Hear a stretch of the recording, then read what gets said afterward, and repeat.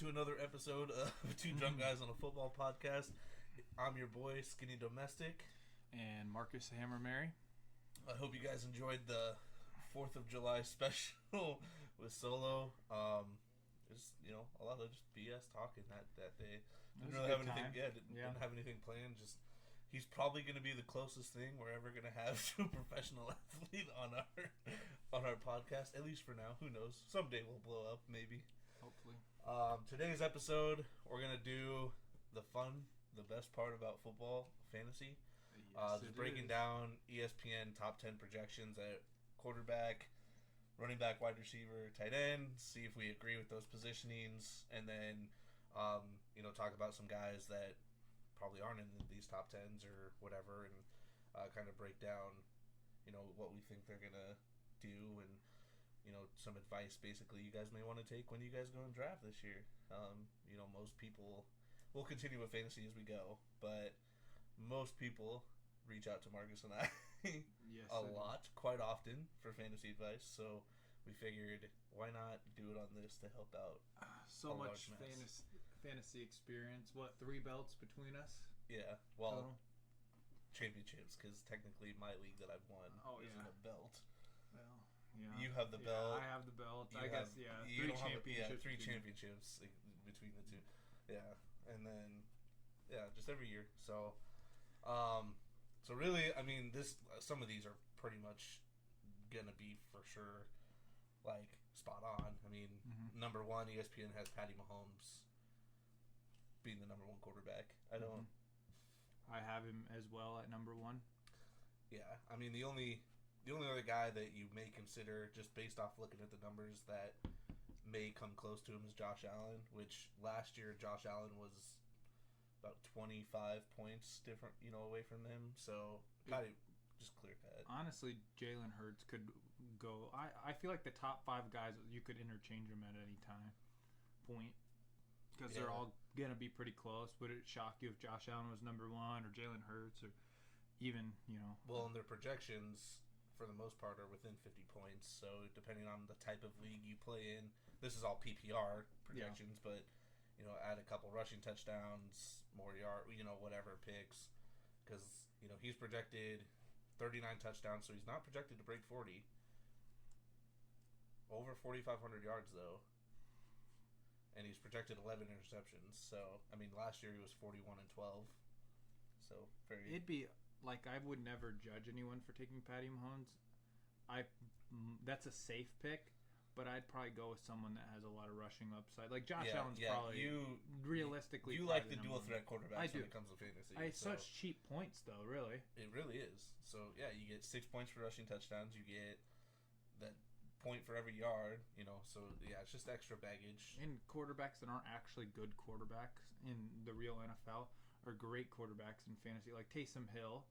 Excellent. Once he starts, excellent fantasy quarterback. I mean, he's a top 10 guy. Like that's true. Yeah, that's the thing. It doesn't really matter if you're good. Even Daniel Jones is someone who, like, I don't love Daniel Jones. I don't know if he'll be top 12 this next year. We'll talk about that later, but he also someone that, like, I think he's garbage. I think the Giants made a big mistake, but he's someone that can crack that top 10 because he runs. You 30 to 40 rushing yards a game. That's 3-4 extra points. I mean, remember a couple years ago once he broke like an 80-yard rush? Against the Eagles, we don't talk about that. Oh, yeah. He looked back. Eagles. Hey, they caught him. He looked back, all right? I know. He tripped. So I think we both agree Mahomes is probably going to be number 1. Yeah. There's no questions there. Number 2, Josh Allen. I disagreed a little bit. I like Josh Allen, but I think Jalen Hurts is just going to keep getting better. I don't see any reason why they're going to not run him at the goal line anymore. He's been healthy. He's been dominant. He's the best. Honestly, he might be the best goal line rusher in the NFL, even out of running back, honestly. Well, when you back squat over 600 pounds, it's Well, and again, the play itself, he gets a little help from big boys behind him, but honestly, he, like, besides Nick Chubb, or maybe Derrick Henry, who else would you want running that ball up the middle? Garrett Blunt. Not in the league. Josh Allen's projected 31 touchdowns, 13 interceptions, just over 4,000 yards. On the ground, he's projected to rush over 600 yards. Did over 700 last year. Definitely could see that again. Yeah. Oh yeah. The 31 and 13, he threw 35 and 14 last year. I think I don't think he's gonna throw, because 14 was like his career high. Mm-hmm. I think he definitely does not hit 14 this year. I think he stays under that at least. Yeah, probably. I think his mission, one of his goals is to take care of the ball this year. I think that we'll be hard pressed. Josh Allen's still gonna run, but I think you'll start to see a decrease in that because he's getting a little older. Yeah, well, and he being a bigger guy, he has taken the beatings. Oh yeah. on those runs, but yeah, projected 4,100 passing yards, 31 touchdowns. I think he'll go over the 31 touchdowns. I think he'll especially with keeping those interceptions down, keeping drives alive. I think he'll be fine there. Mm-hmm.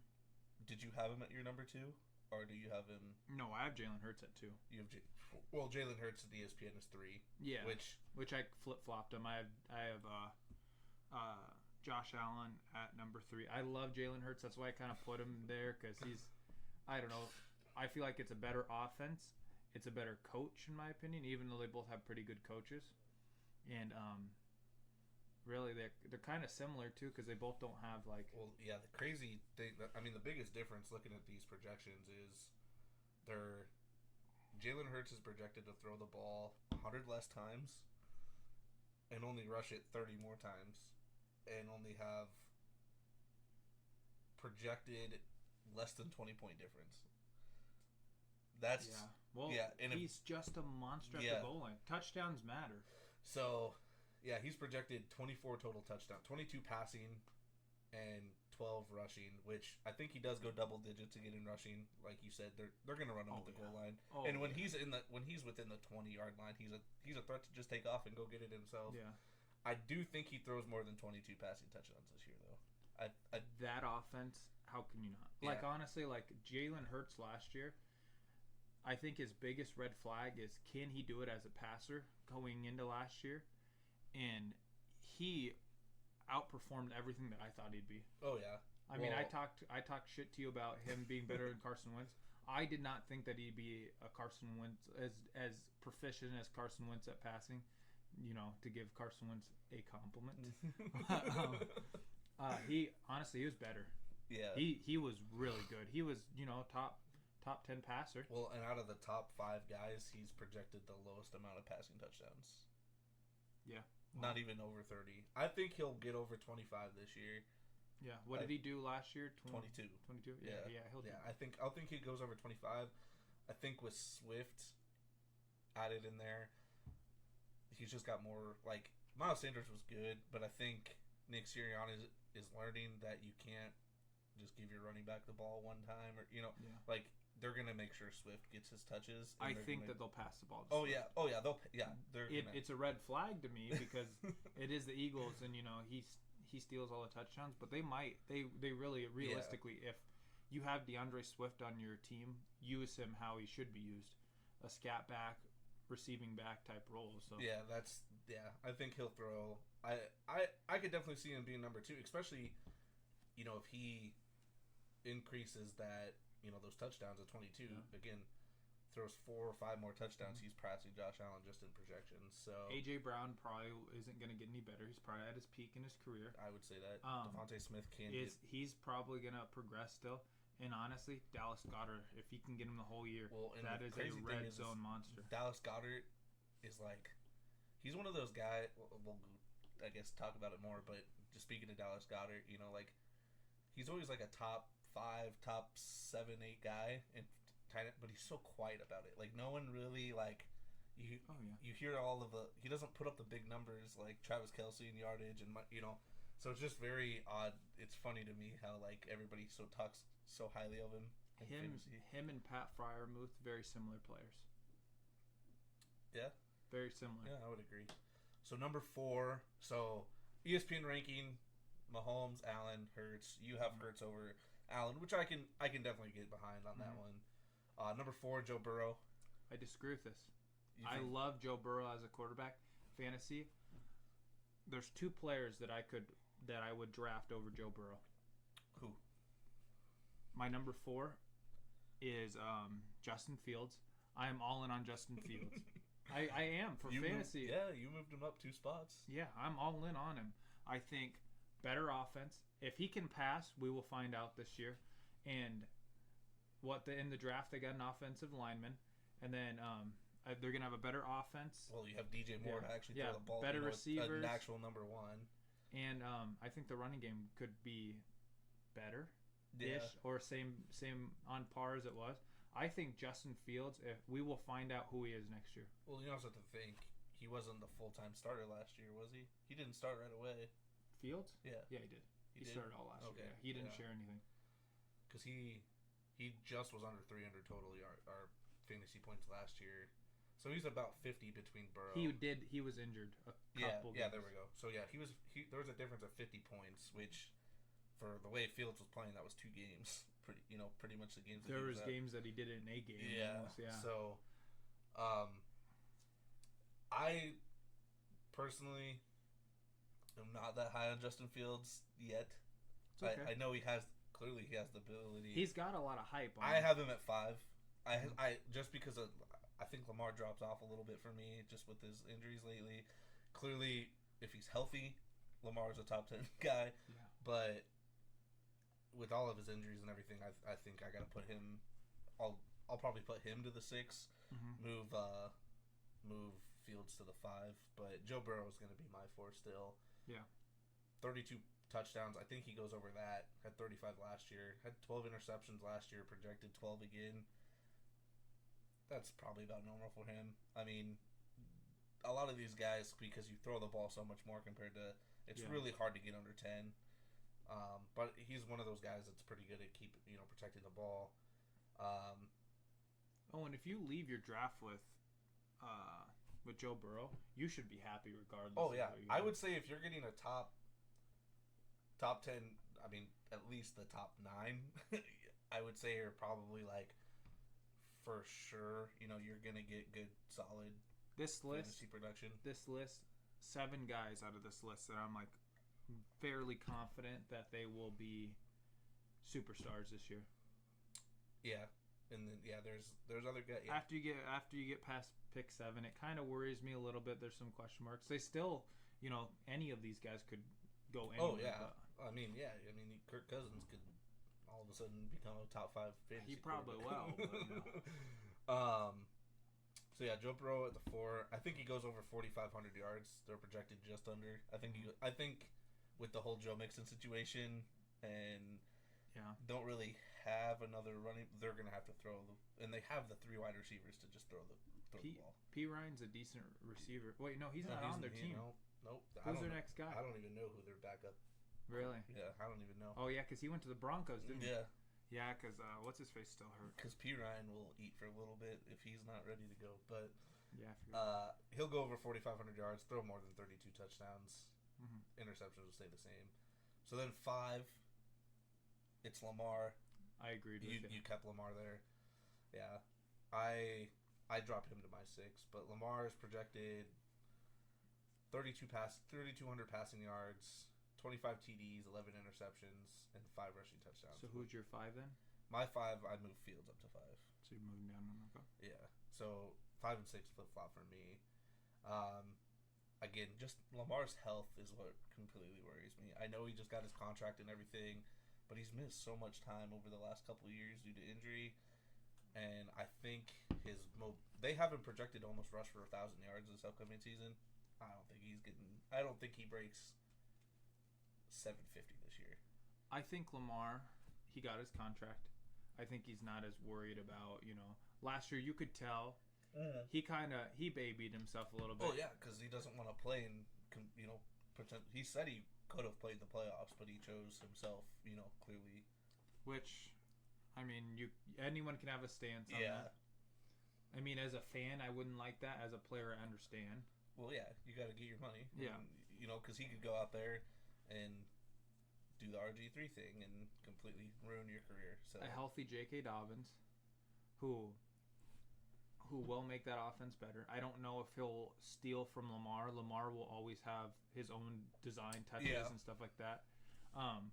He has OBJ, which OBJ is not stellar, but he's not bad. Well, it's also to see what happens after being a year off with the, he's older. What kind of production? Because he could be he's there to be their wide receiver one. Who was their rookie receiver last year? Bateman. Yeah, Rashad Bateman. They still have Duvernay, I'm pretty sure. Which Duvernay speed, yeah, did very well with all the injuries, and then you have good old Mark Andrews. Yeah. So I don't see why, if all these guys stay healthy, why this offense shouldn't be better. And honestly, he probably wouldn't go there. But why can't they pick up a D-Hop or another free agent wide receiver? He wanted, according to reports, before the OBJ signing, he said, "Go get me." According to the reports, is he wanted D-Hop or OBJ, and they went and got OBJ. I think they're overpaying him, but they got OBJ for him, so it made him a little bit happier. Got him his contract. So then at 6, Justin Fields projected 6. You have Justin Fields way higher. Yeah. You had Lamar at 5, so I imagine you have Joe Burrow at 6. I do. Yeah. Okay. So not much there, I guess. Yeah, Justin Fields.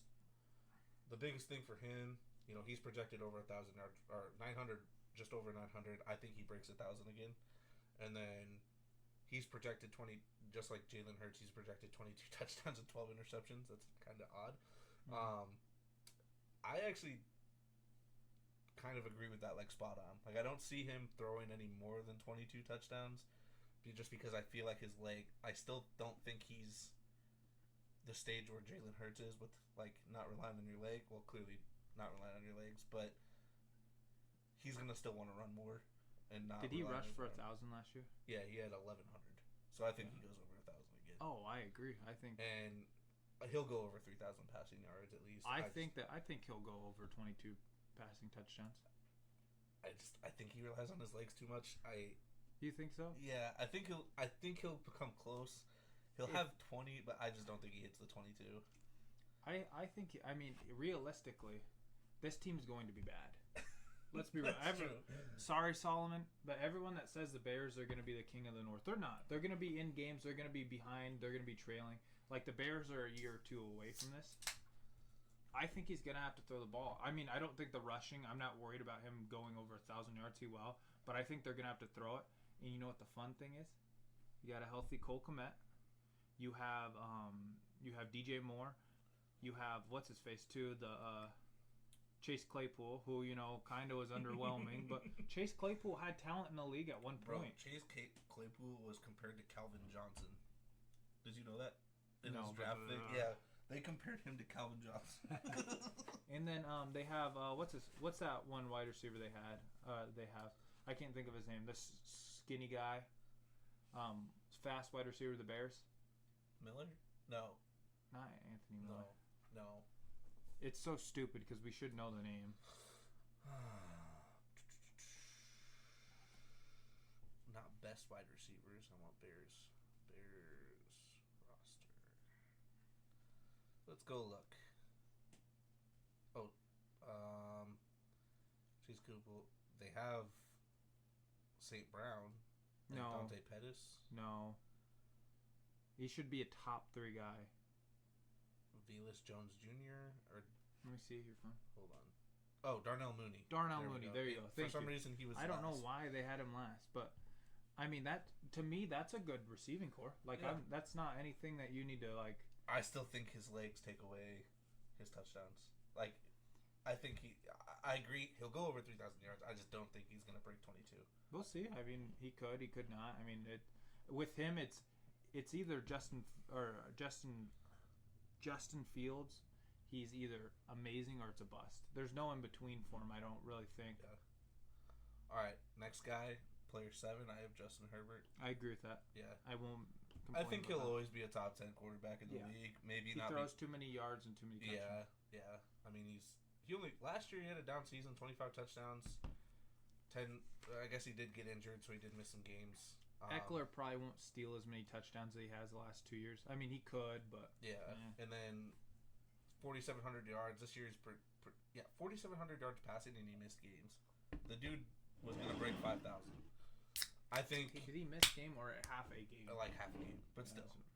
Yeah, I was about to say. He's kind of tough.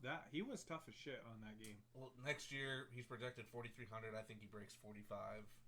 And 30. a way better offense too. Yeah, well, you added that receiver. You don't have to, with adding that receiver, you don't really have to worry about Keenan Allen or Mike Williams. Whoever's hurt that week, you can. And they have that other random. I can't think of his name, but I think he goes over 30 touchdowns, probably closer to 35, maybe over that even. Yeah. Because I just don't think they're gonna. I don't think Eckler is gonna be because Eckler's been productive, but I don't think he'll be as productive taking away some of those touchdown opportunities.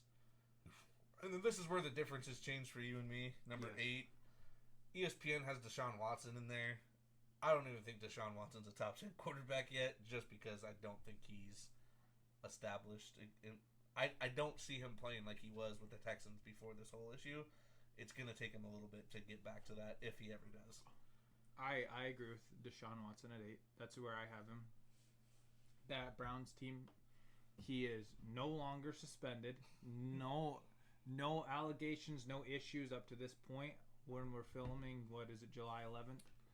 Nothing has come out more about Deshaun Watson. I think he didn't get a very large sample size last year. He did not play for almost 2 years. I do feel like Deshaun Watson is going to be healthy. He's on a stacked Browns team, honestly. Yeah. You got Amari Cooper. You got they have Elijah Moore. You have Nick Chubb. Nick Chubb. They have Njoku, who was excellent last year. The only reason why I don't agree with this is because compared to these other guys, he has an actual running back, an actual running game compared to these other guys. Still gonna be. I still think that's a competitive division. Yeah, I don't think he'll be. I don't think he'll be top 10. I just don't think. After last year, I still think he's still going to be rusty. Mm-hmm. He's still going to be questionable. I think he moves to 11 to 12, if in that range somewhere. So still a top 12. I mean, a lot of people play in 12-team leagues. Yeah, but he's still questionable to me. Okay. I want to put him lower. So for my 8, I'm moving Trevor Lawrence up from 9 at least, and just moving him up there. Him and Doug Peterson, man. Oh yeah, I'm excited. I'm excited for Trevor Lawrence. Do you have Lawrence at 9? I do. I have him flip flopped. Yeah. Is that what ESPN has him? Yeah, Lawrence. They have Lawrence at 9. I just think Trevor Lawrence last year at 25-8, first season with a new head coach, new everything. Mm-hmm. You're bringing back sports better guy. Calvin Ridley. You have Christian Kirk. You have Evan Ingram looked great. He was with them. He was excellent. That offense, Trevor Lawrence is throwing well over 26 touchdowns this year. He's hitting 30. I was about to say 30, and he can rush too. And he's projected 13 interceptions. He had 8 last year. I think he keeps it 10 or under. He is gonna be. I have him at 8 instead of 9, but he's gonna have a breakout year this year. Oh, yeah. Second year in the system, you bring back an actual number 1 wide receiver in Calvin Ridley. You still have all those other options to throw to, and you have your boy ETN at your running back position still. Mm-hmm. I have him at 9 or at 8, and then I moved Dak from 10 to 9 at that point. You put really? Yep. Hey, you're gonna be happy with my number 10. Or yeah, never mind. Because I'm just staying 11. You're a bad person. But I'm moving Dak to number 9. Really? Okay. I don't love it. But, okay. Yeah, but I also am bringing a guy to number 10 that you also didn't have either.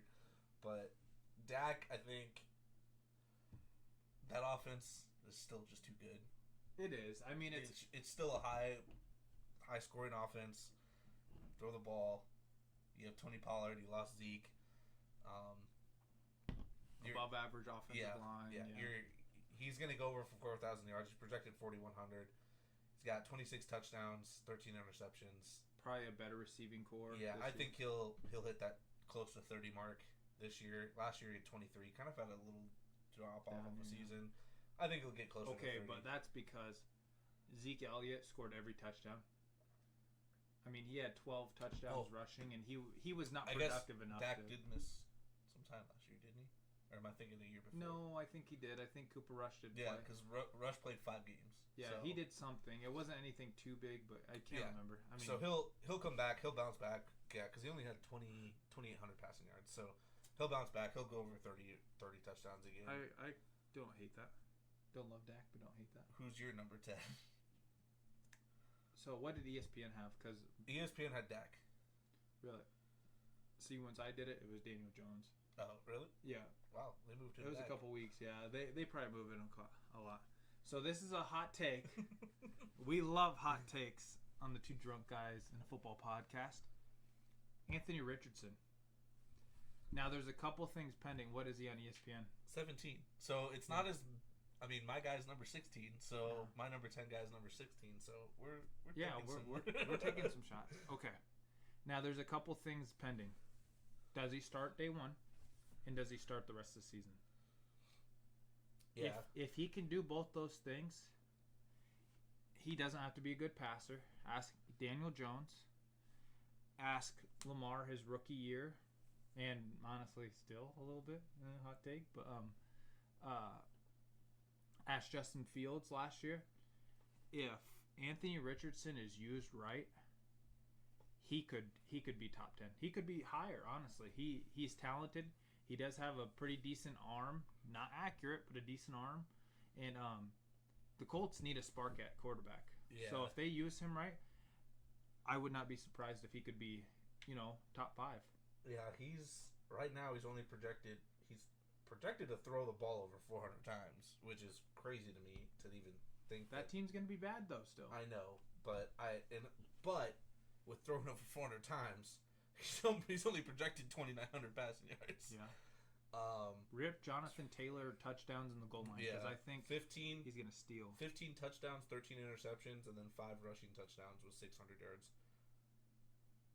Yeah, I don't even really have anything to say with this. I think this is a very bold move, just because we have no idea what this guy's gonna do. We don't. It's strictly off talent. Yeah. And I'm not because he's a dual threat guy. I mean, he's a guy that can use his legs. He relied on his legs in college. The biggest problem with him is his accuracy and consistency, being able to throw the ball. If you took someone, maybe like you took like a Kirk Cousins or someone like that towards the later rounds, I would feel very confident if I had Anthony Richardson on my team with him. If you have the roster space, he could literally be like Justin Fields last year. Or come in like. I made the mistake of dropping him last year after the 3 games because he wasn't doing anything, and then as soon as I drop him, he goes off. But kind of got to get this going because we're way behind. So my number 10 guy, I'm putting Russ back into the top 10. Russ had 1 bad year. That offense is still too good. He's got 3 receivers. They got that tight end. Well, 2 tight ends now. Alex O, and then everybody was high on him last year, which he didn't really do much. But then that Dulcich dude came in and he played very well. So he did play well. They actually have an actual head coach now that is not going to fight Russ over things. I think Russ is going to be more comfortable. Russ is going to be back to Russ form this year. So I have him back in the top 10. Can't disagree with that one. Moving there.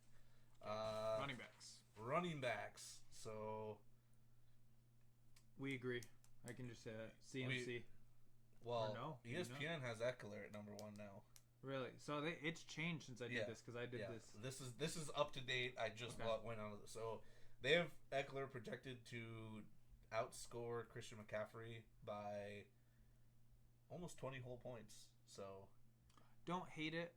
Don't necessarily agree. CMC. I think the reason for that is because the 49ers have no idea who the fuck their quarterback is going to be yet, which I think that kind of plays in CMC's role a little bit. Yeah. And if is it Elijah Mitchell? Yeah. When he's healthy, if he's healthy, CMC's rushing attempts went from 18 when Mitchell was hurt to 10 when Mitchell's healthy. So he loses 8 to 10 total touches a game, which can make a very big significant difference with CMC. Huge. So I think maybe that's what they're kind of looking at there with who's their quarterback going to be, and then is Elijah Mitchell going to be healthy? Because Mitchell did take away. You can flip flop him. Oh yeah, I think CMC arguably should still be number one. He'd be my number one. I don't, as much as I love Eckler and think that he's their only running back. He's not going to have the same production as he did last year, which they have projected he's not going to even come close to what he did last year still. Second, what they traded a second-round pick for him, right? I believe is what the 49ers gave for him. That's a lot of draft capital for a running back. I'm just going to say that right now. For Zeke on the bench, all these players that, can't even get a contract, can't even get, some sort of money. I think CMC, I think they'll use him better. He's got a whole year under his belt, or most of a year, I guess. Yeah. I think CMC is going to be number one. I mean, I love Eckler, and I don't think that that's far fetched. Either one of them could be 1A, 1B. It doesn't really matter to me, but I like CMC a little bit. Better offense. It doesn't matter who the quarterback is. Doesn't worry. See, what's crazy to me is like the only thing that creates the difference is they give Eckler more touchdowns, which Eckler, I believe, is a touchdown machine compared to CMC. For some reason, he is. So the yards very similar, 837 to 854, 9 touchdowns to 7 touchdowns, and then the receptions are what gets me. Eckler had 107 last year. They have him projected at 67. Yeah. 40. I don't think it's going to be a drop of 40 receptions. I think there will be a drop, but I don't know 40. Maybe. I mean, then they did get more talent on that offense, so their yardage, and then CMC's projected 70, and then rushing yards are receiving is 500 receiving yards and 555 with both 3 touchdowns, which literally the biggest difference is the 2 touchdowns and 50 yards. Yeah. So 1 or 2, Christian McCaffrey, Austin Eckler. If you're able to get, I still think if you're able to get one of the 1, 2. Go get them in your fantasy. Number 3. Who is it on ESPN? Because it might be different. It's Bijan Robinson. That's where I had him. So once I did it, it was Saquon. Yeah. Saquon has moved back to the 5, but yeah, Bijan. I think you and I are both high on him. Here's the thing. I am seriously considering taking Bijan number 1 overall over Eckler, over everyone. Now, granted, he's a rookie. He may not do it.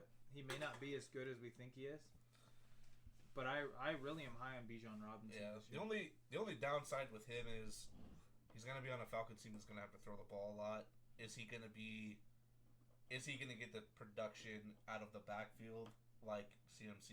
And I know that they've been playing him all over the field, but I think Eckler and CMC have him way like he's only projected 370 receiving yards, which is 200 to 300 less, than what CMC and how many receiving yards? 200 or 370. So just about 200 less. Would it surprise you if he went over 5?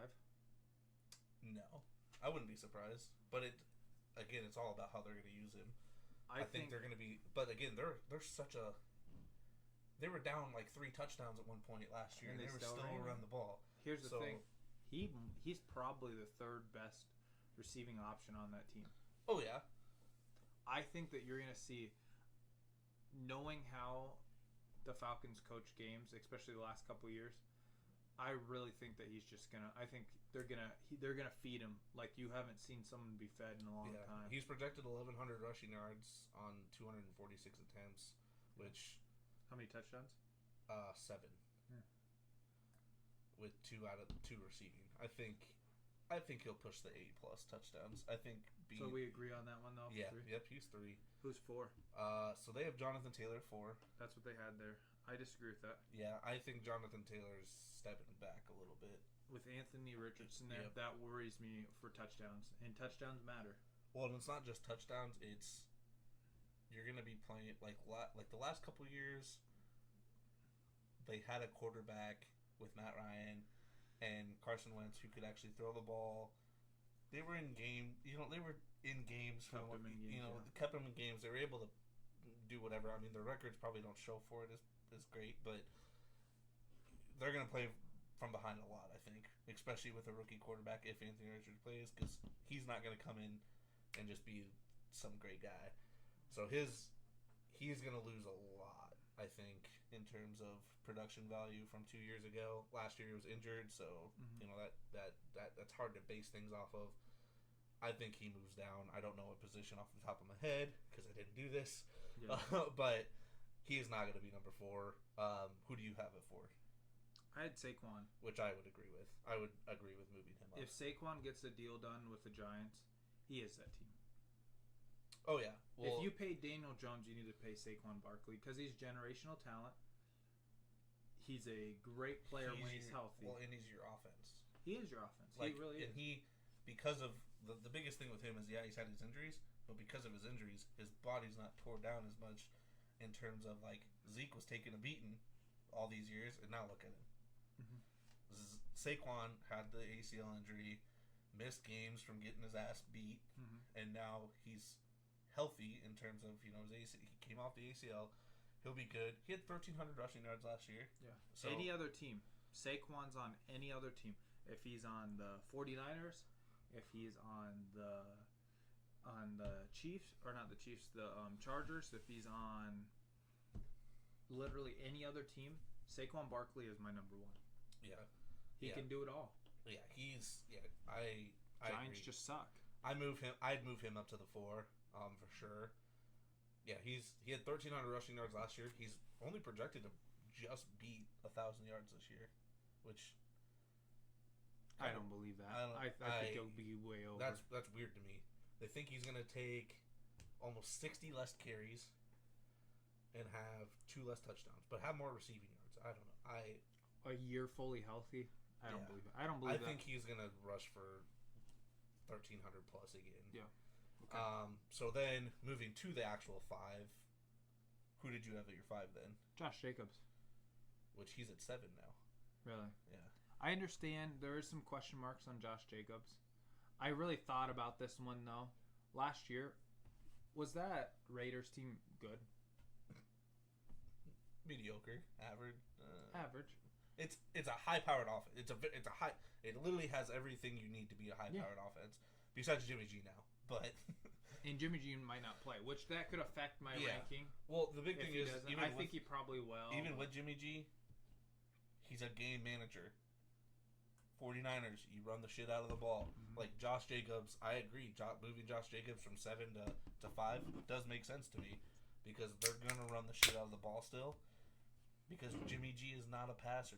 Jimmy G is not a guy that you're gonna be like, hey, I need you to go 250 plus yards, even 200 yards. If we're gonna run the ball. We're gonna need you to complete the third and goals. Or third and shorts if after the 2 runs or whatever.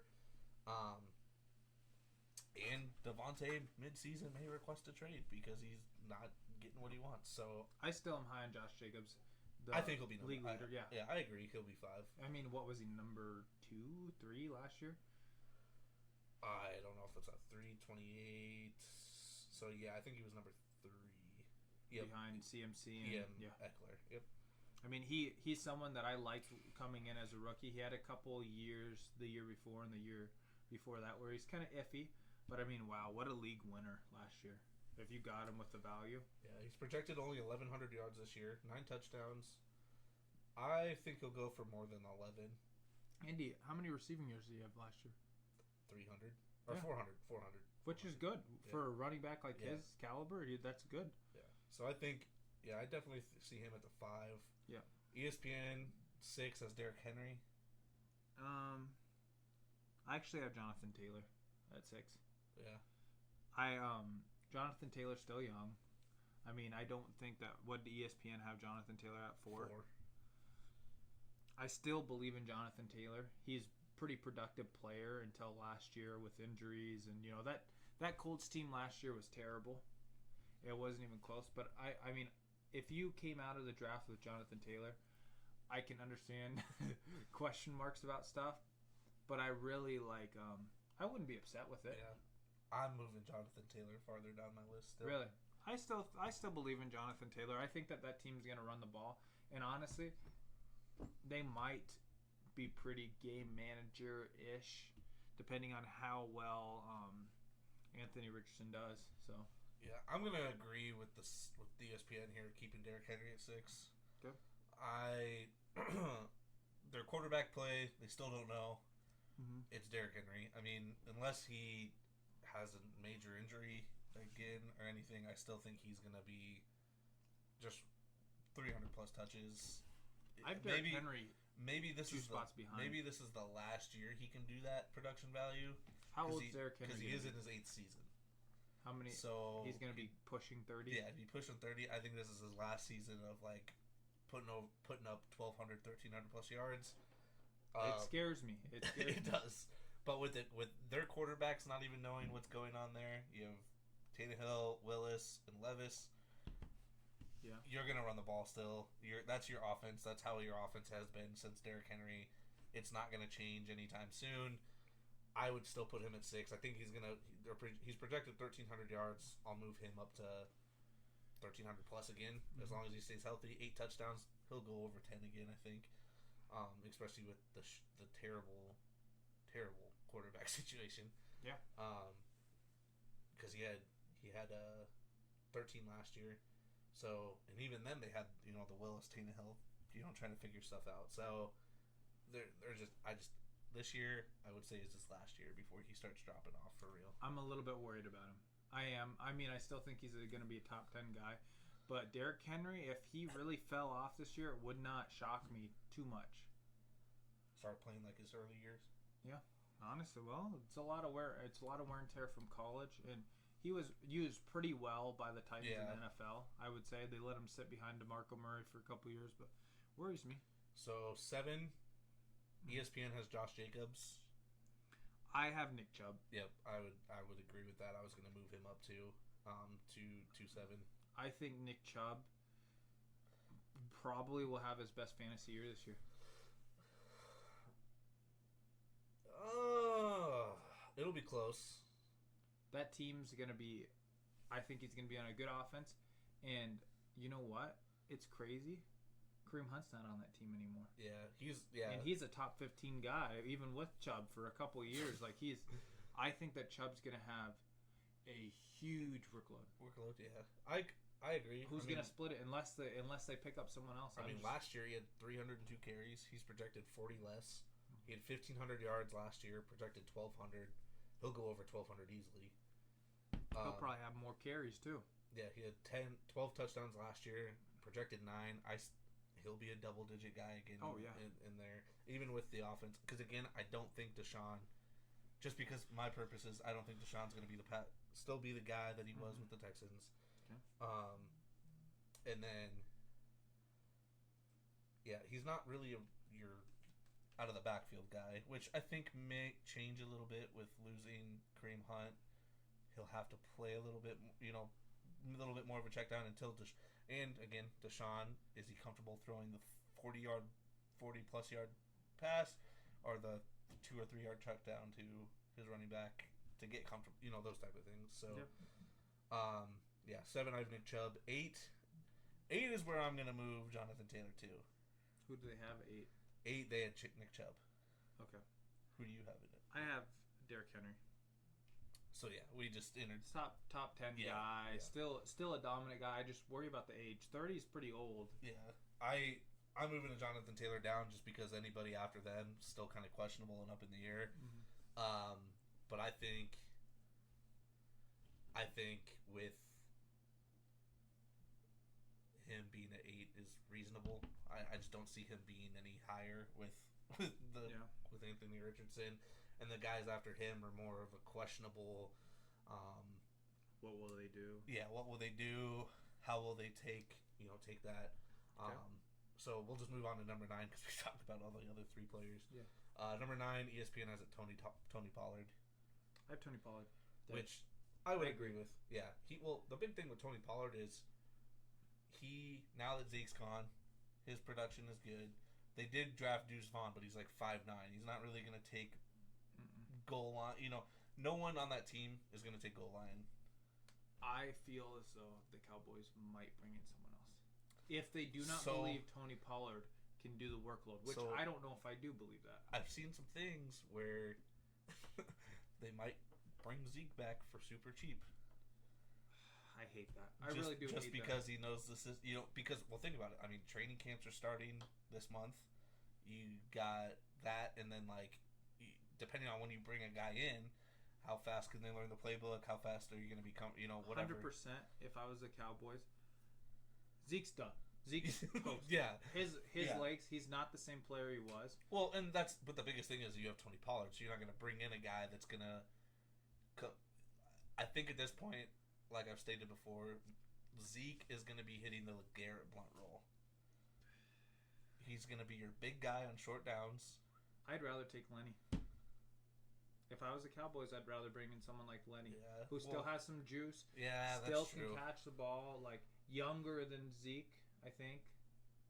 I think he is. Yeah, I think he is too. Yeah, I think a year or two younger. I'd rather take Lenny. Lenny's gonna be cheap, dude. He already passed his prime. Yeah. So unless they bring in a guy, I think Tony Pollard could. Oh, with the workload, if they don't bring in anyone, Tony Pollard could be top 5. Oh yeah, well, because he's a poor man's Eckler CMC. He literally can do exactly what they do, but doesn't get maybe more explosive. Yeah. Well, and the other thing too is this. Now you're looking at, compared to all these other teams. Now you're getting to the point where you're playing with an actual quarterback. Yeah. Dak can throw the ball. Some of these other guys, I mean, besides Justin Herbert, which again Justin Herbert beats the shit out of Eckler. Mm-hmm. Everybody else is a dominant run heavy team. And we're going to get him the ball. Well, with Dak can throw the ball. Yeah. So my 10 is going to be different. Who's your 10? I'm moving ETN from 11 to 10 and dropping Breece Hall down 1. So I don't have Breece Hall in my top 10 either. You know who I have? Ramondre Stevenson. Really? He was 13, so I mean it's not too hard. But that's a guy that I didn't even think about being top 10. Right now, as of right now, once we're filming this podcast, there's very little competition in that backfield. It is Ramondre Stevenson. They don't have what was the running back's name? Damian Harris. No Damian Harris. No nothing. Ramondre Stevenson. Someone that I drafted that I let go last year. I wish I wouldn't have. Because just stud. He played very well. He's a decent receiver out of the backfield. A good runner. And honestly, what else do they have on offense? They need a player to make plays. And they're a run heavy. More. And they're going to be competitive. They're. I feel like because I think their next guy is Ty Montgomery. They have to go get somebody. They're waiting for this D-Hop situation to pan out, and then at that point wants to see what they have for money. I think at that point they'll make a hard run at somebody. They probably will. Yeah, I wouldn't disagree. Yeah, I would say... That seemed like the most Bill Belichick thing to do is ruin your fantasy. Yeah, exactly. I think, he could definitely be 10 if they don't go and get... And you had... Did you say you had Travis? Yeah, I have ETN moving up to 10. Don't hate that. A little worried about ETN because they don't use him as a receiver. Why would you not use him as a receiver? I think... I mean, granted, last year was basically his rookie year. Yeah, so. I think that's what's going to be the the changer this year is they're going to use him more as a dual threat guy, which he is. Do. He's going to be. Because that's what he was in college. That's literally what he was in college. So, I think he'll be in the 10 dual threat. He'll have over 1,000 yards rushing. I think he'll push over 500. Closer to 500 receiving compared to 300 last year. So, get that added. So really, I think we only have time to do wide receivers. We might as well just go through it and get a longer podcast. All right, we'll do a longer podcast. You guys stay tuned. If you stay tuned through all this, you're going to have some great fantasy advice. All right, so wide receivers, I think number 1 we're going to agree upon. JJ. 1,800 yards last year, projected for just under 15. I think he'll still see that production. Not worried about JJ at all. Yeah. Rookie. If anything, I feel as though Addison will. He has the potential to be. Yeah, because Adam Thielen last year. I love Adam Thielen, but he wasn't getting it done. Not how we needed him to. Yeah. I think Addison could really honestly, on other teams, he could maybe be a wide receiver 1 if he really pans out to what his draft stock is. So I'm not. I like Addison. I think that this team's going to get better. TJ Hawkinson's going to be better. I think that JJ will stop seeing double, triple coverage because he's that player. I think that he might get more one-on-one. Yeah, Addison's going to add, I think, a more dynamic number 2 role compared to Thielen's a little older. Yeah. I think Addison's bigger too, taller. I'm pretty sure he's taller and faster than Thielen. So I don't think he's that tall. I think he's 5'11". But Thielen's like 6'1". So I guess 6'1", 6'2". I guess I always thought Thielen was like 5'10". I don't know. Because he's white and you think he needs to be that Wes Welker. No. I didn't say that. Thielen was decent size. Thielen was like 6'1", 6'2". Yeah, he's projected just under 15. I think with Addison, he could very well break that again. Yeah. I think he could get closer to the 2,000 yards, honestly. Yeah. Oh yeah, JJ to the moon. Like honestly. Well, and then like KJ Osborne. Yep. End of the year last year, he started to have some production. And Kirk Cousins can throw the ball, and with Madison steps into a role where the only concern is our team's gonna honor Madison's running ability.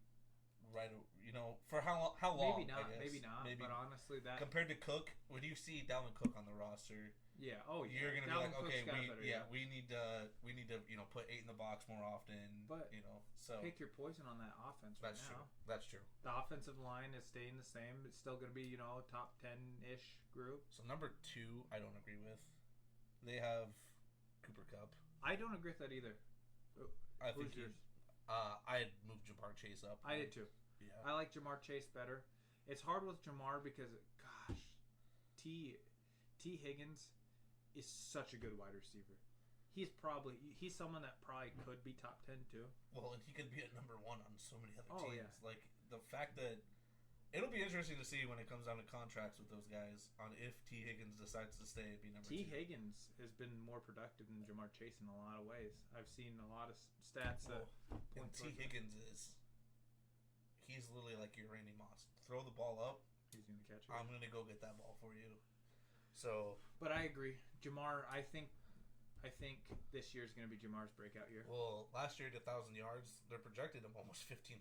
So, he's and he was hurt last year. Part of it, yeah. I think. So I think he'll do that. He's projected He's projected double-digit touchdowns, which out of the top 10, he is the only guy projected to have double-digit touchdowns.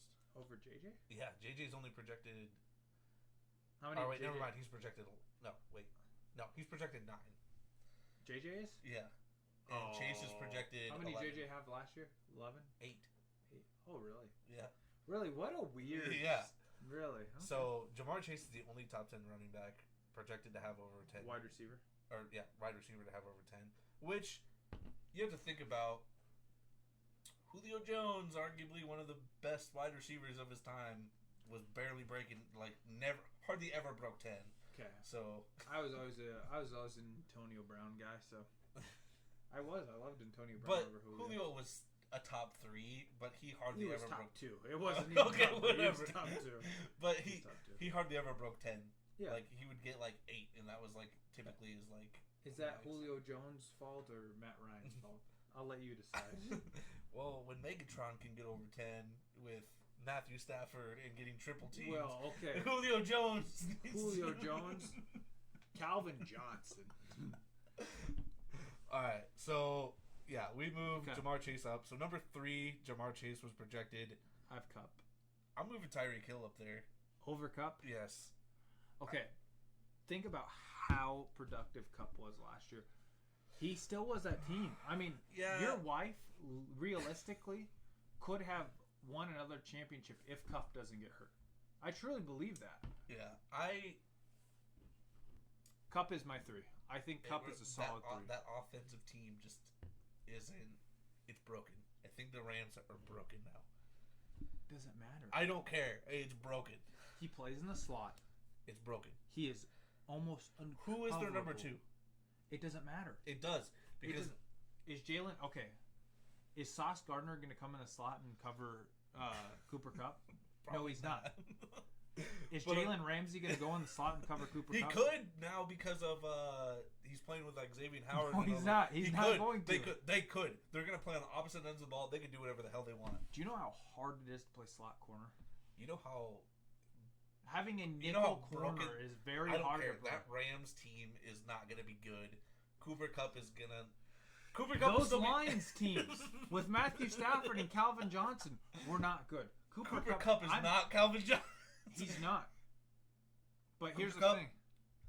Calvin Johnson. Julio Jones. Calvin Johnson. Okay. All right. Okay, fair. But still, I honestly, I think Cooper Kupp. I mean, I'm not gonna like. It's not like that big of a deal because I like Tyreek Hill.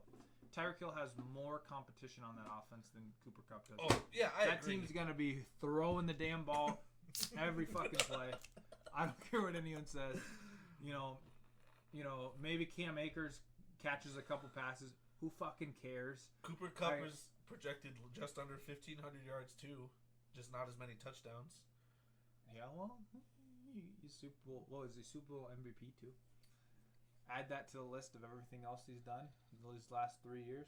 Oh yeah, 2 years ago, Zeke was still a top 10 running back. All right, I think Cooper Kupp will drop to 4. All right, he's still a top 5, but I have Tyreek moving into that 3. Is Tyreek at 4 then? Yeah, they have Tyreek at 4. That's where I have Tyreek at. I don't have him putting up 1,700 yards again. Clearly, I think he'll put up. Hell no. Jalen Waddle's going to take a lot from that. If they get Dalvin Cook, they're going to run the ball. But that's what they said last year was Jalen Waddle was going to take a lot from it.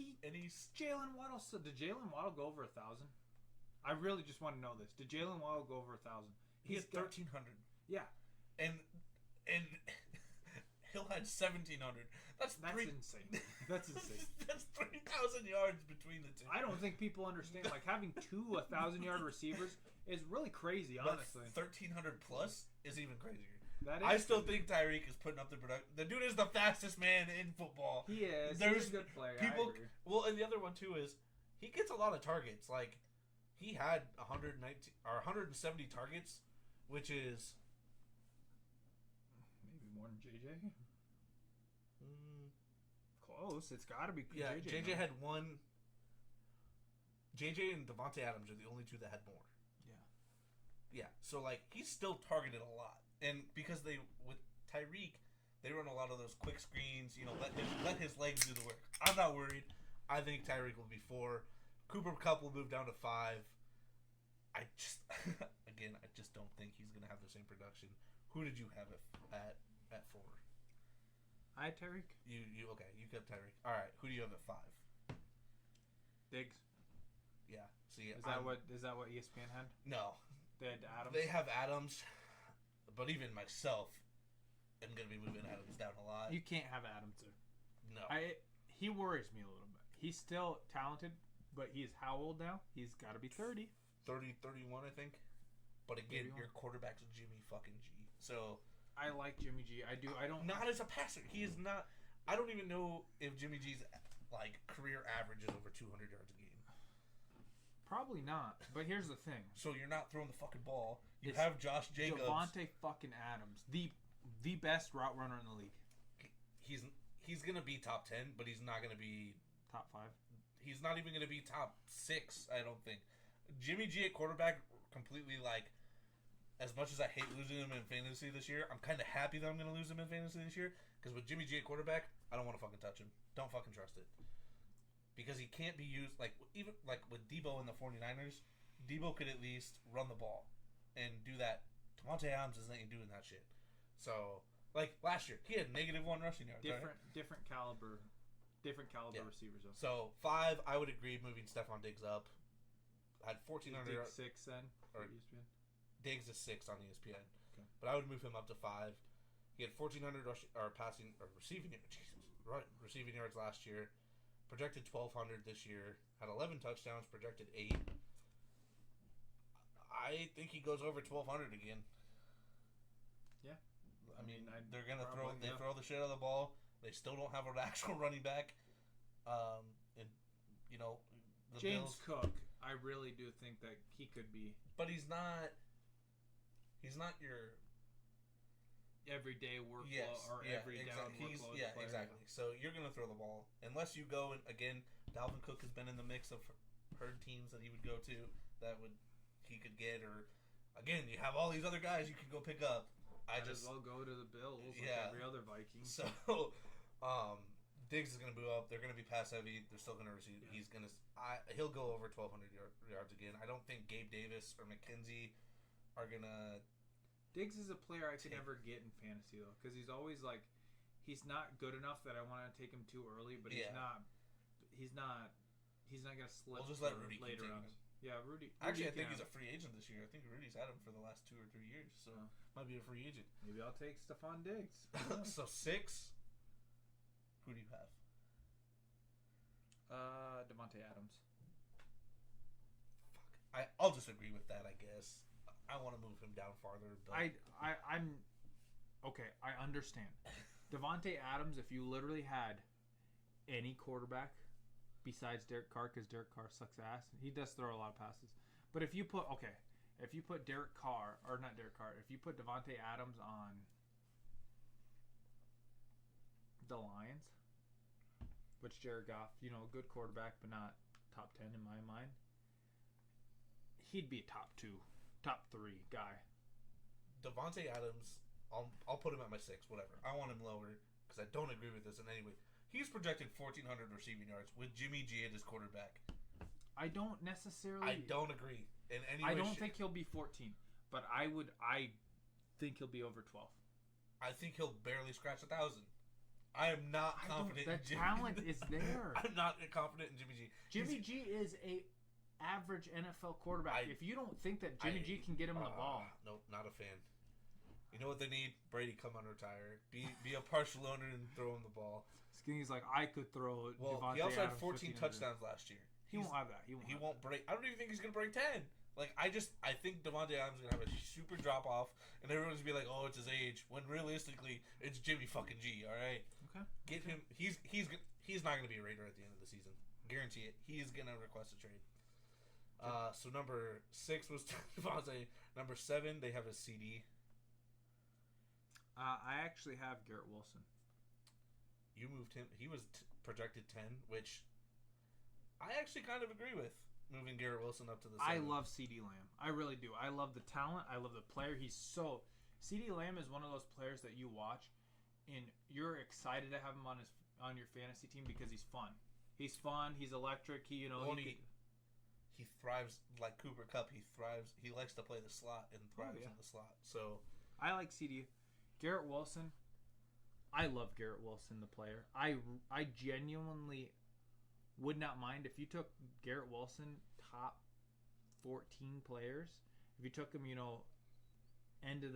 beginning of the second round, I would not be upset with it. I think that Garrett Wilson is a talented player. His rookie year, how many yards did he have? He had to go close to over 1,000. Last year he had 1,100. 1,100 yards. How many touchdowns? 4. So last year, correct me if I'm wrong, Joe Flacco was in the mix? Mike White. Zach Wilson. Do any of those guys make you happy? Do any of those guys really turn you on to the Jets? I was ecstatic with Mike White, all right? I was on the couch just fucking, oh! Yeah. No, I agree. Because you also have to think, you're getting Aaron Rodgers. Aaron Rodgers is still a productive quarterback. Top 15? Yeah. I would agree. Top 15? Well, and with this new offense that actually has a lot of firepower, could be even higher on, if really. The crazy thing to me is he's only projected just over 1,000 yards. Not worried. Breece Hall, excellent running back. I like Breece Hall a lot. He could be He probably will. He'll fit the Aaron Jones role for. Oh yeah, for him very not nicely. A workhorse guy. Not someone that I'm scared is going to take away all that. He's going to receive. You bring in, you have Corey Davis still, which doesn't scare me. And then you have Alan Lazard. Doesn't scare me. You're not gonna really. Oh, you want to throw in someone else? Randall Cobb doesn't scare me. Tyler Conklin doesn't scare me. Yeah. He is going to be the number one on an Aaron Rodgers offense. It's weird to me that he's only projected just over 1,000 yards. I would think that it would be. I think people are scared about Aaron Rodgers because he's older. Yeah. He's going that. Okay, if anything, Aaron Rodgers is going to be a Viking next year because he's basically Brett Favre 2.0. Jesus. Just way more accurate, way better arm. Not arm talent or way more arm talent. Doesn't steal money from the state of Mississippi. Don't put it past him. Yeah, he's got some years. But no, I'm excited about Garrett Wilson. I am ecstatic about him. Anyone that can get Garrett Wilson, get him. Get him in your draft. He's gonna be a productive player. Yeah, looking at what's after him or what could be, or You think it's a drop off? I would move him up to 7 too. Yeah. Looking at it, some of these guys that are right behind him or right around him are number 2 wide receivers, which I don't think any number, at least those guys won't. I think there's still some number 1s on here, but I would take Garrett Wilson over him. Who's number 8? Number 8, they have St. Brown. I put CD there, which I like St. Brown a lot. And honestly, if you left your draft with him as your number 1 wide receiver, now I'm not talking about CD Lamb, I'm talking about St. Brown. Would you be upset? No. He's a productive guy. Yeah. He gets a ton of receptions. Yeah, I think the only, I guess, looking at it here, because I need to choose where I'd put my guys, I'd probably put CD at the 8 too. Yeah. Just looking here, I mean, the biggest thing is the targets and touchdowns. I mean, CD's scoring.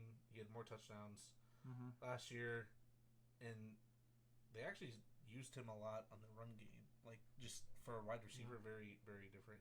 So, yeah, I would agree moving CD to the 8. CD is more talented. He's on an offense that actually has... Granted, Amon-Ra plays in the slot, so that doesn't worry me as much. Yeah. But CD's on a better team. There's more talent around him. They're more balanced. Well, and CD is more productive just overall. They both had... CD had one more reception, but had over 200 yards more, with that, and 3 more touchdowns. So he's making more of each reception than St. Brown is doing. So, yeah, I'd agree CD. And again, with Tony Pollard's not a workhorse guy. We're going to get you 300 rushing attempts, like they were doing with Zeke forever. So unless they get someone, they're going to pass more. They just got to. They're going to throw the ball out. So CD at the 8, I agree with. 9. 9, I had Amon-Ra. So I think they're close. In my mind, they're close. I like CD over Amon-Ra, but I love Amon-Ra. I mean, I think that he's a talented player. He gets a lot of receptions, plays in the slot. Jared Goff does not scare me as your quarterback. And he's a number 1 on that team, and it's not close. I mean, who do they have at tight end? God knows. You couldn't name their tight end. Their wide receiver, they got, who? No, what team? The Lions. For Amon-Ra. They got the dude from Iowa. Who? The tight end, Laporta. Oh, did they draft him this year? Yeah. Okay. He's not going to be... He's more of a blocking guy for now. Yeah. But still, that doesn't worry me. They have Jamison Williams as their number 2, which he's suspended. Yeah, because 6 games. So. What did he do? Sports betting. I didn't know if it was that or PEDs. His was he was in a facility. I'm pretty sure it wasn't like he was betting on actual games. I think his was just facility, like being in an NFL facility. Can't do that. Oh, okay. But yeah, he's going to be the number 1 for 6 weeks with no number 2. Like, and that team should be better. I mean, Jahmyr Gibbs too. I mean, he's probably going to play this DeAndre Swift role probably better than Swift did. Yeah. Well, and they added Montgomery at running back, which he's probably going to be the number 1. So I'm just going to keep mine at 8, 9, 10. Amon-Ra, St. Brown, A.J. Brown at 9, Garrett Wilson at 10. I'm not going to change anything for myself. So 10, Chris Olave. Yeah, I guess I could think about that too. I just think A.J. Brown will still have a better season. But Chris Olave, clear-cut number 1 on that team, I think. Until the Saints trade for Devontae Adams. Probably not. But, yeah, maybe. Dude, Michael Michael Thomas was out here. Oh, what did I see the other day? The dude was doing like 500-pound freaking deadlift or squat or yeah, something like that. His ankle must be feeling good. That's Michael Thomas is a small guy. Like that's pretty freaking impressive. I'm not worried about Michael Thomas. I'm not either. He's got to prove to me that he can play a full season before I think of Michael Thomas. Michael Thomas of 2019 is no longer a thing. Oh yeah, I agree. My biggest concern is when the Saints go and trade for Devontae Adams midseason because they could. Devontae Adams wants Derek Carr. No. And last year had a really talented rookie wide receiver. Well, Jarvis Landry isn't there anymore. Nope. So it's literally him and Michael Thomas.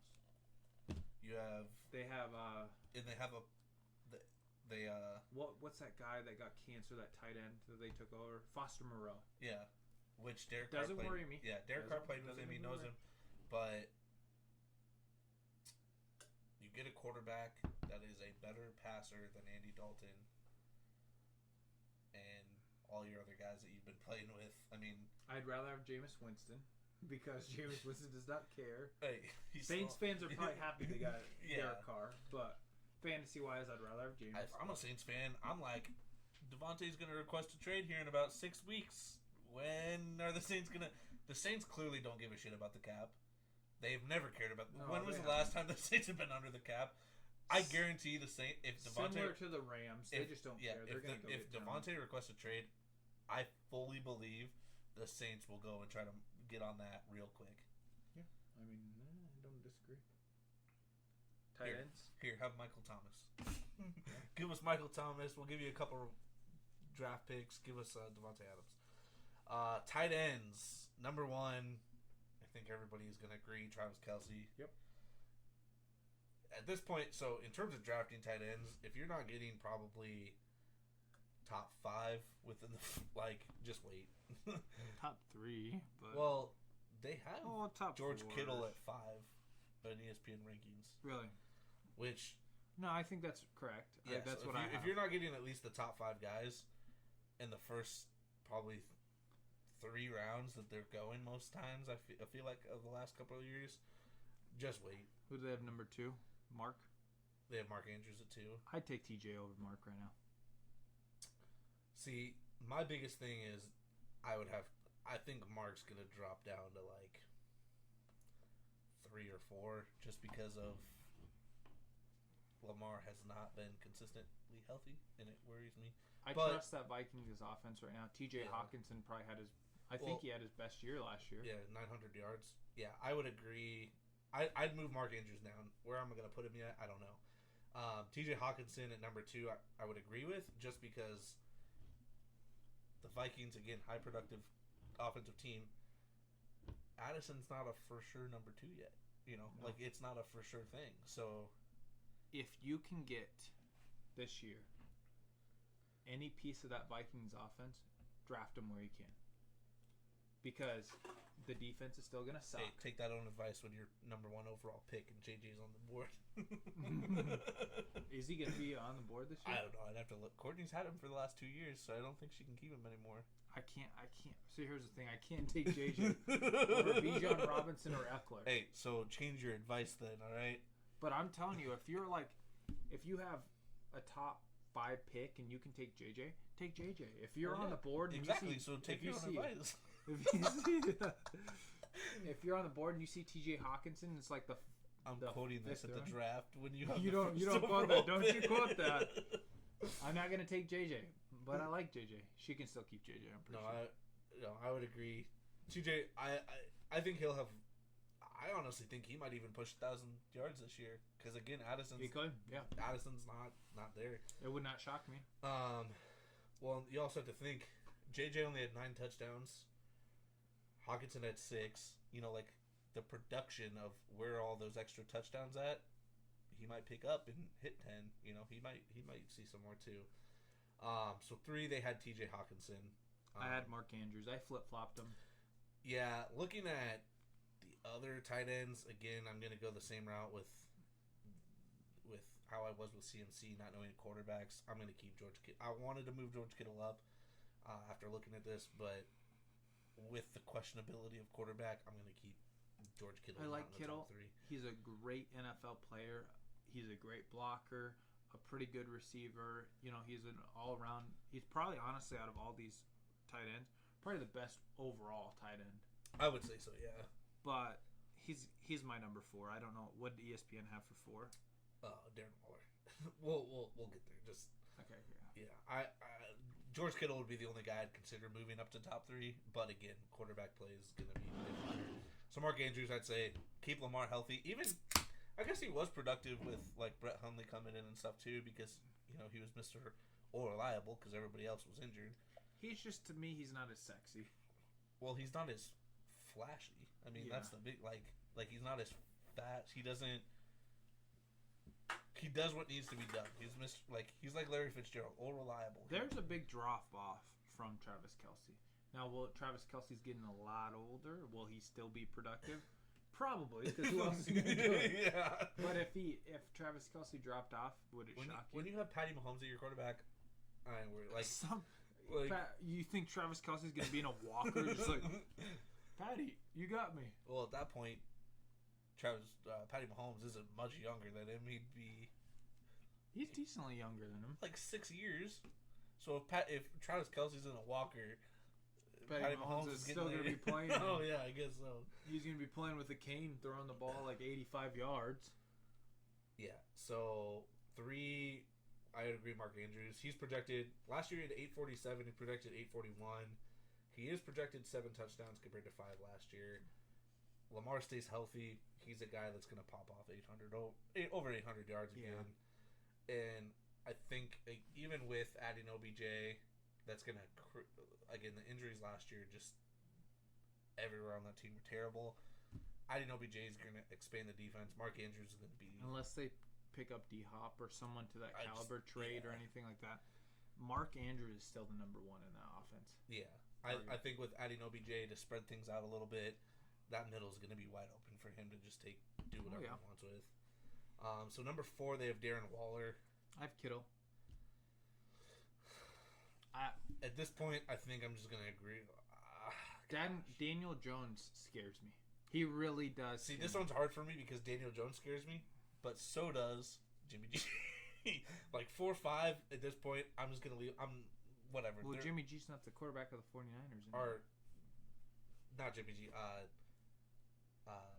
Sam Darnold or Trey Brock Lance. Purdy or Trey Lance. Brock Purdy scares you that much? If Brock Purdy plays, if he can start week 1. If Brock Purdy starts, George Kittle's 4. Yes. But if he doesn't start and you got to play Sam Darnold or Trey Lance, George Kittle's value for me just decreases. Is George Kittle the best target on that team? Him and Debo, I would say, are pretty... Would you, legit question right now. If you could pick one, would you take George Kittle or Debo? CMC. I didn't say CMC. CMC George Kittle or Debo. That's what I asked. You got to get open. That's the big thing here. I take Kittle. Kittle over Debo. Debo's a talented player. Debo maybe can do more, but... I'm just going to keep mine 4-5. I'm just going to... Whatever. It's interchangeable for me, 4-5. I'm just... Whatever. It's 4-5. Okay. George Kittle, last year, 765, projected 726. He had 11 touchdowns last year. This year, he's only projected 5. Mm-hmm. That's kind of a big drop off. Yeah, it is. In production for me.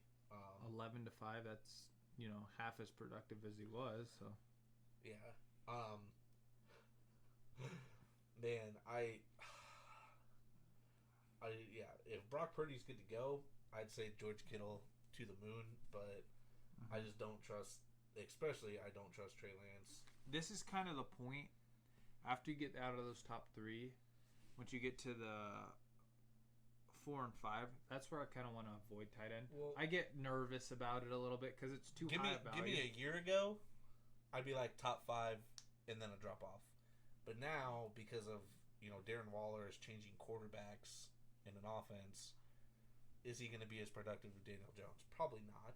I I mean, He's coming off an injury. I don't love it. I don't. It worries me. Darren Waller at 5 with Daniel Jones as the quarterback, who has only thrown over 20 touchdowns once in his career.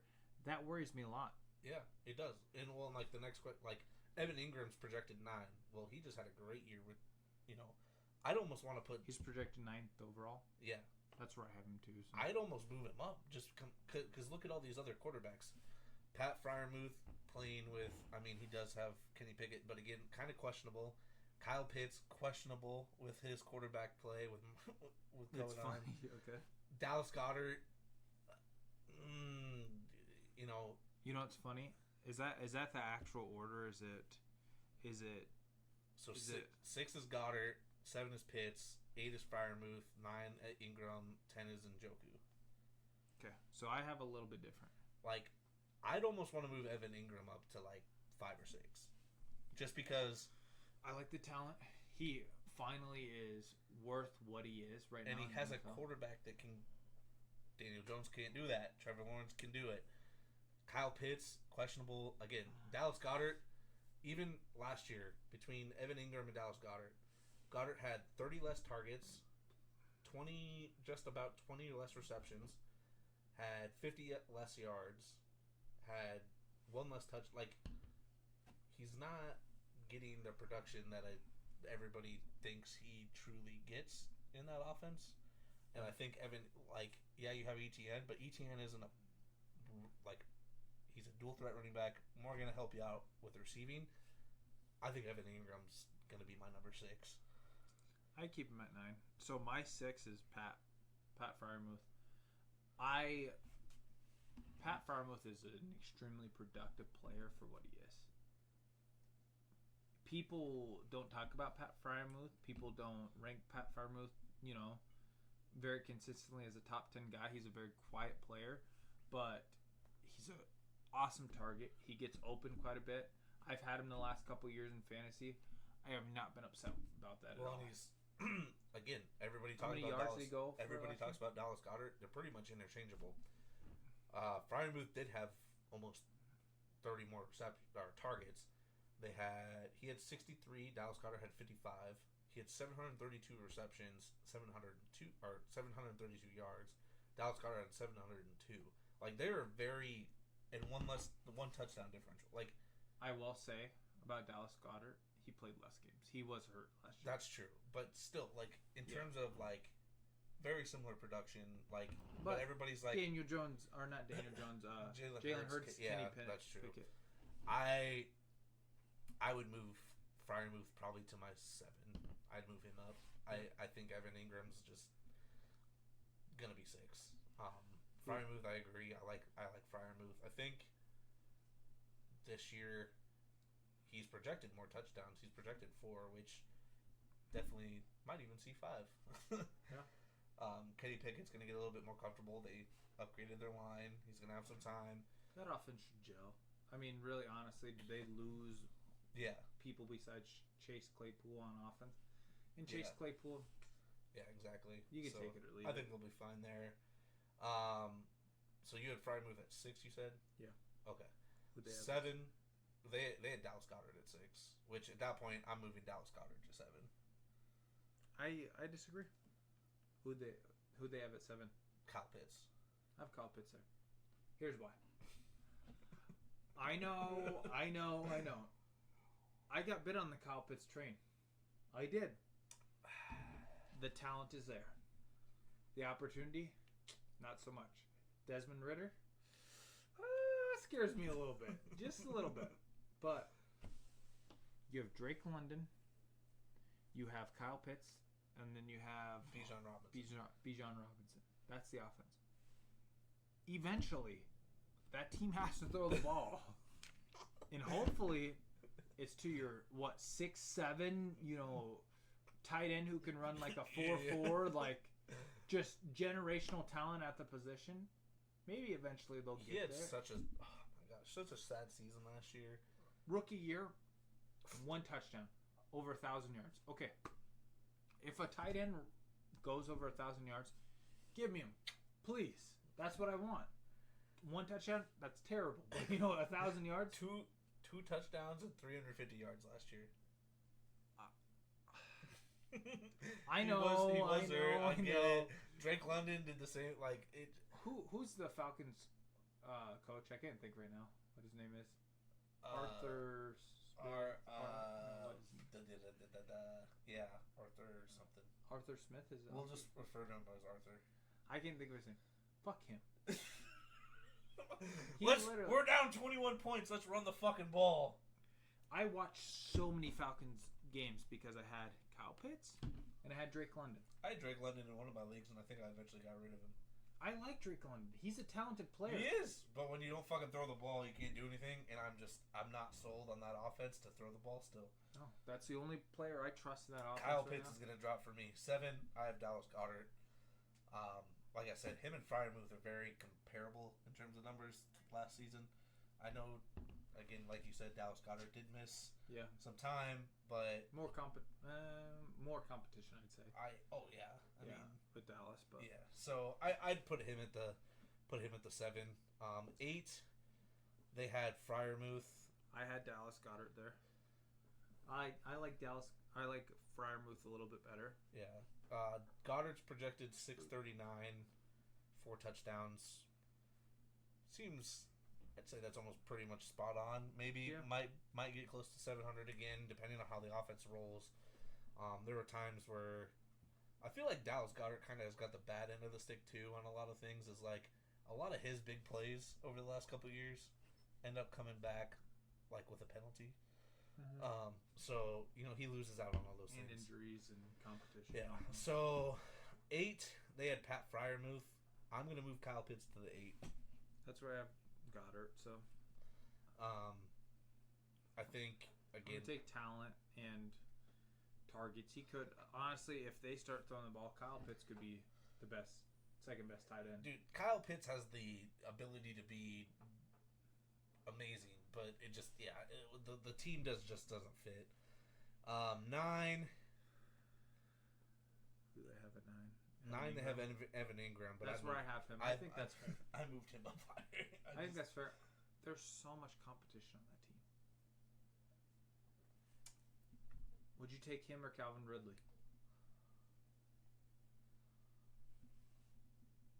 Well, one's a wide receiver, so clearly... No, but who do you think would have more targets? Who do you think would be more likely Well, I think with all those wide receivers, Evan Ingram's going to have one-on-one matchups all day and just feast.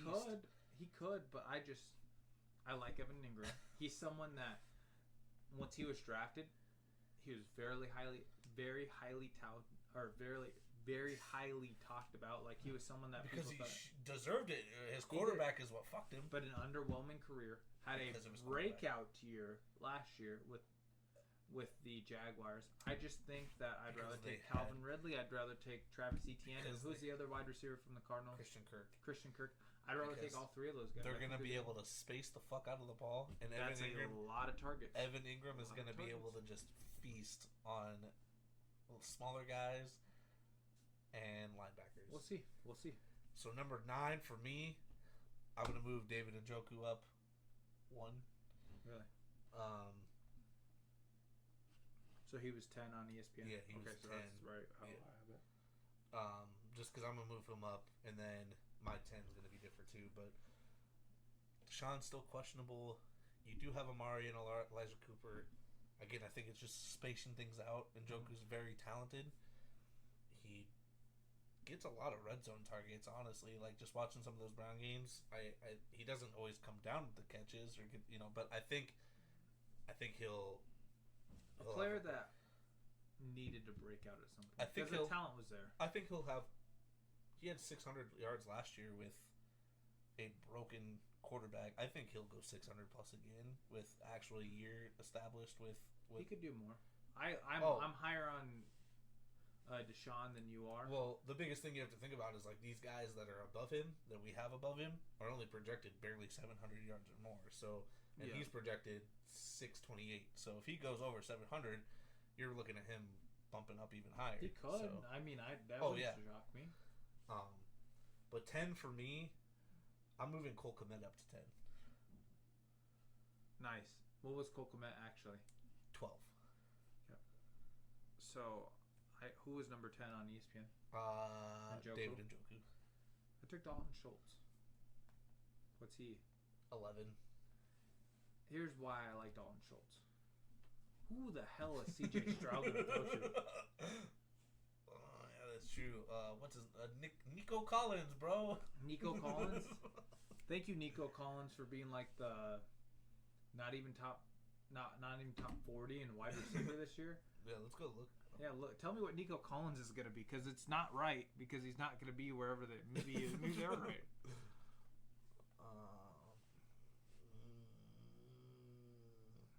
We're already at 30, and I haven't seen his name. Yeah, top 40, top 50.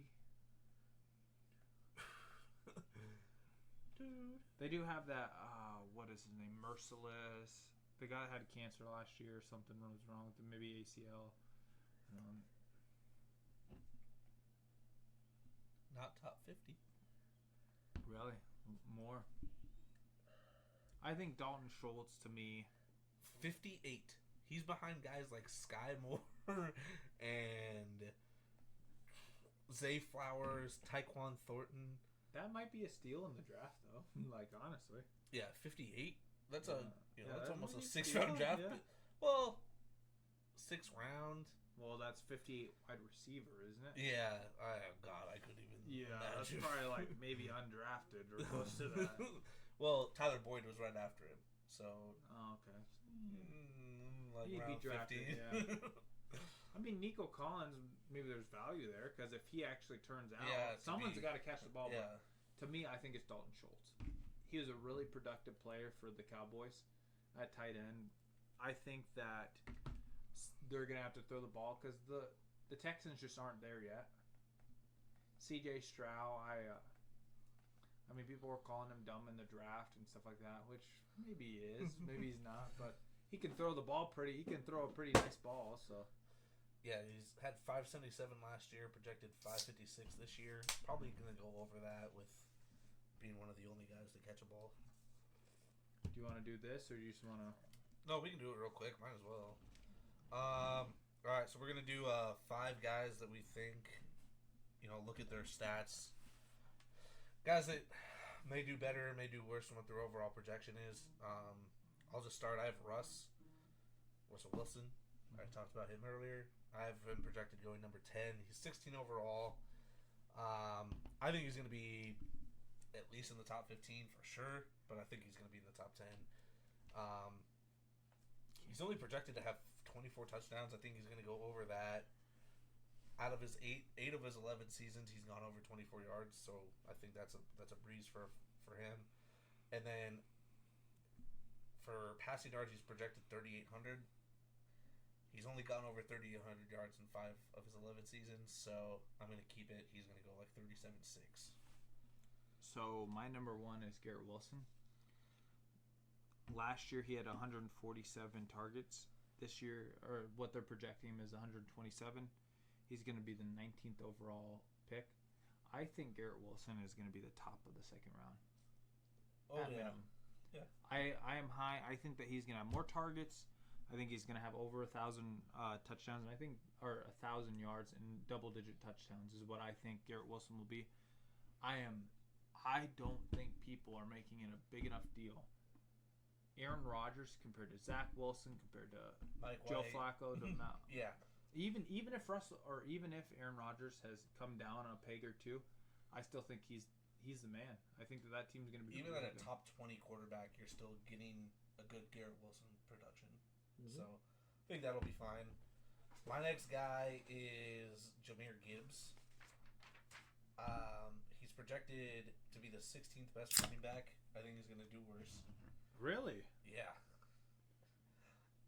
So you think David Montgomery's gonna be the guy, be the main guy? I mean, I don't think about they liked Jamal Williams last year in the red zone over the receiving back of DeAndre Swift. Yeah. I think it's gonna be the same way this year with David Montgomery, especially with him being a bigger guy. Jahmyr Gibbs is projected 378 receiving yards. I think he's gonna have more. I think he's gonna be their Darren Sproles, type guy. Mm-hmm. He's gonna have less than 7 rushing touchdowns too. I don't see him being the 16th best running back in the league. No way. That's fair. I still think Jahmyr Gibbs, he has the. If that Lions team is as good as they say it's going to be, he could be a steal in the draft. I like rookie running backs though because they're young, they're fun, and they don't have a lot of carries. Yeah, I think David Montgomery is going to be the main guy for a while. They're paying him for 3 or 4 years, 3 years or something. So he's there to be the main guy. My next one, who I think is going to be a higher draft pick, is Kenneth Walker III. They have him at 48th overall, which would put him like third, fourth round ish, almost fifth, depending. 10 or 12, man. Again, it's just going to be a little bit different, but they have him under 1,000 yards and under 10 touchdowns. This dude was their offense. He is, and they drafted that guy second round. I'm not too worried. Which Kenneth Walker was drafted second round, but honestly, if you look at the Seahawks and their team, Chris Carson broke his freaking neck. Who was the running back that they had last year? Who they drafted in the first round? Talented guy. I can't remember where he went. You know who he is. Rashad Penny. He's an yeah. Eagle now. Yeah, he's on the Eagles. Backup. I think that this is more of a Pete Carroll. We need a couple running backs because our running backs get injured type thing. Oh, yeah. I think Kenneth Walker's still the number one. I would not be upset if I had him if you went 2 wide receivers in the first 2 rounds or something like that. If he was like my running back number one, he's a really third or fourth round pick. Yeah, I'm not gonna be upset. I would take him. I get to keep him at my 6+ round. Yeah. So it's nice for me. But yeah. Third or fourth round, I'd say 48 is pushing the 5th round. And I just think that's that because again it's gonna change because even though you have a quarterback at 50, that quarterback may go higher, like things like that. I mean, I don't even start all year. He had 4.6 yards per carry, 9 touchdowns. How many yards did he have? Over 1,000. Yeah, the dude had that 200-yard game. Dude, he is explosive. He is a week-to-week winner. If he hits, he's gonna win you a week. Yeah, so. I had him, and then when he got, I had him too. But dude, my team last year, injuries at the wrong time. All right. Yeah. And both of us. I had Dameon Pierce too. Yeah. They both got injured. Honestly, both of us last year. Such a weird year in fantasy. Yeah. All around. So my next guy, Jerry Jeudy. He's projected to 26 overall. Overall. I guess I did a do 26 overall. I think wide receiver. Like he's not highly valued this year at wide receiver. Yeah. He's projected just under 1,000 yards and 6 touchdowns. He's gonna go over 1,000 this year. Well, especially because who knows what happens with Cortland Sutton. Yeah. I think Jerry Jeudy is the number one in that offense. Like they added Marvin Mims. I'm not too worried about that. He'll be a top 20 wide receiver. Yeah. And he'll go over 6 touchdowns. Last year, him and Russ, out of all the receivers, just did not have a good chemistry. Mm-hmm. Give them the offseason again. I'm high on. I love Russ. I love Russ. One of my top favorite players. Corny guy though. Hey, it's okay. When you're banging Sierra, it's all right. I think Jerry Jeudy is the number one, and I think that chemistry definitely has to build, and he'll go over 1,000. He'll be a top 20 wide receiver this year. So next guy I have is J.K. 60th overall. J.K. Dobbins, the talent. I love that. Out of all the running backs in that draft, I take him over Swift. I really would take him over Swift. Dude, you've been high on J.K. since day one. I'd take him over. Clyde Edwards-Helaire. Oh, easily. Yeah, he's about to be cut by the Chiefs at this point. The way he's been playing. Injured the last couple of years. Rookie year had over 6 yards a carry, I believe. Last year he was really, really injured. He was not where he was. Yeah. A year past that ACL, a year past all that stuff. On a team that I think it's going to be better. You're going to have they've Lamar. always been run heavy. Yeah. Run first, pass second. I like 60 overall. Would you take James Conner's safe? James Conner is a safe pick in my mind. Would you rather have James Conner or JK? If K1 is starting quarterback, I'm taking JK any day. Which I have James Conner on my list, so we'll discuss that. But he's talented. I honestly think he'll go over 1,000 if he's healthy. Well, who's their backup running back? And they don't have They don't have Mark Ingram. Like they have maybe Gus Edwards or maybe left. Some of those guys he's a good player too, but like good backup guys, but nothing that's gonna take production. Not like a Kareem Hunt to Nick Chubb, type situation. No. So one of my guys is, I'm gonna blow his name. He's a tight end for the Tennessee Titans. Chikaziam Akanukwu. He's projected to be the 19th tight end overall. So I have no idea. Yeah, Austin. I'm not gonna lie. I think he was a rookie last year. So Austin Hooper's gone. So the big thing is he's projected over 500 yards receiving. He's projected 3 touchdowns. Like not like like an average tight end. I'd say like an average tight end year. No tight end under Ryan Tannehill at quarterback has gone over 500 yards. So this is a guy that you don't probably want to draft. He has a lot of. They have him 19th overall. Yeah. Is a 19th overall tight end going to get drafted? Well, like a the tight end 2 guy, maybe. If someone really is desperate and they're like, you know what, I'm going to take this player. I have no idea who it is. Well, even if you want to pick him up on waivers, I'd be a little skeptical. Yeah. No tight end under Ryan Tannehill has gone over 500 yards receiving. Watch him go for 1,000 touchdowns. But God damn it. Dude, if he does, I would be so pissed. Dude, we're clipping that. I mean, what the fuck are the Titans doing all of a sudden? They're changing the whole fucking scheme. We're not gonna give the ball to Derek Hunter. We're gonna give it to our fucking tight end. This guy, he's really fucking good. Yeah. But yeah, just be skeptical. If you see his name, Akon Quo, I don't know. I'm not gonna try to pronounce it. Be skeptical. He's projected over 500 yards. I don't think he's going to come close. Nobody on that team, even with Austin Hooper, who was a highly good tight end. People were like, "Ooh, Austin Hooper's a decent tight end." For 1 year. Yeah. But they thought with the Titans he'd still be productive. Didn't go over 500 yards. Because he's not good. He was good for the Falcons for 1 year. But the tight end overall with the Titans has never got over 500 with Ryan Tannehill. I've taken him as a Brown. I hate Austin Hooper because he sucks. So don't touch this guy unless you absolutely have to. Everybody's injured. Just don't even don't touch him. We hate him. Yeah. I don't know about hate him. I don't want to say. I hate him. I think he's black, so we don't need a hate crime going on, right? So. It's no hate crime. It's fine.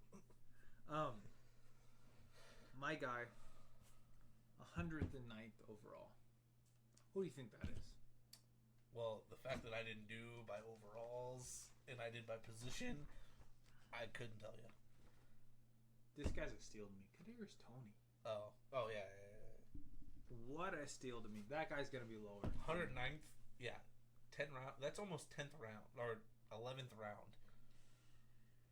Okay, on that Chiefs offense, if you take away Travis Kelce, who do you want? Kadarius fucking Toney. Isaiah Pacheco? No, I would take Kadarius Toney over Pacheco.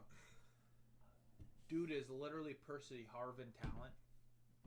He can catch the ball. He can run the ball. McCall Hardman isn't doing what he was projected to do. Sky Moore isn't doing what he was projected to do. Yeah, Kadarius Toney is going to be their wide receiver 1 unless they somehow... Can he not fit the Juju role if he needed to? Can he not fit? Could he not be better? He literally, honestly, to me, is the best wide receiver, the most talented. I won't say the best. The most talented wide receiver they've had on the roster since Tyreek Hill. So, you can clip that. Clip that. One year out, 2 years now. But wow, they've had a lot of. I'm a crazy guy. Wow, 1 full season out since Tyreek's been on their team. Ooh. But I think so. I agree. Yeah, he's. Well, I remember when he got off the Giants, he just was making this huge troll about it, That's what he wanted. He didn't want to be on the Giants If anymore. Kadarius Toney was your wide receiver 3, would you be upset? Dude, if Kadarius Toney was my wide receiver 2, I'd be fine. Even he's talented. He has all the tools to be good. He is shifty. He's fast. If you're drafting him, like, if he's falling into like maybe even the 7th round, I would start considering drafting him. Oh yeah, I would too. Like that's like the fact that he's almost 11th, and I don't agree with that at all. So my last guy is James Conner. He's projected to be the 21st best running back. He'll be better. He's gonna go. You think he'll be worse? So with K1 at quarterback, was shit. Without K1, he was a top 20 fantasy running back each week. Okay. If K1's quarterback, the dude is done for. Like I don't see him being as productive. He's projected 874 rushing yards. He's gonna go under that if K1's quarterback. He's may go over touchdowns at 7. All right, I want you to hear me out. Hear me out.